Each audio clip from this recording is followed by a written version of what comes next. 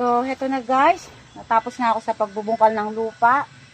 It's time naman para itanim natin guys.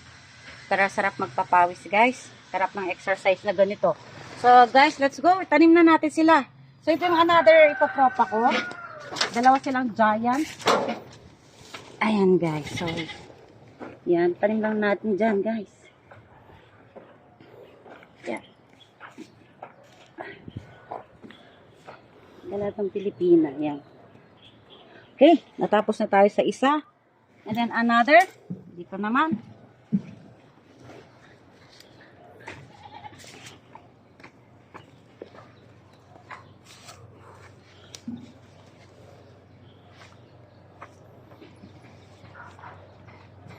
Ayan guys.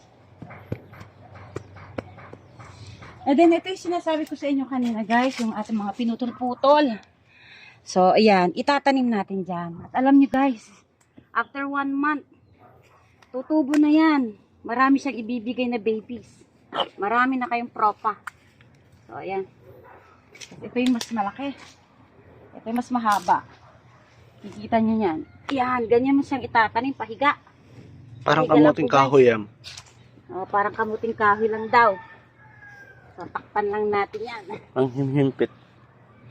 Ay. Ito pa guys, yan. Oh, yung mga iba ko pang alocasia album hanggang doon sa dulo. Pag nakakuha pa ako. Okay. Ganyan lang guys. Tingnan natin ang magiging result after a month. Okay.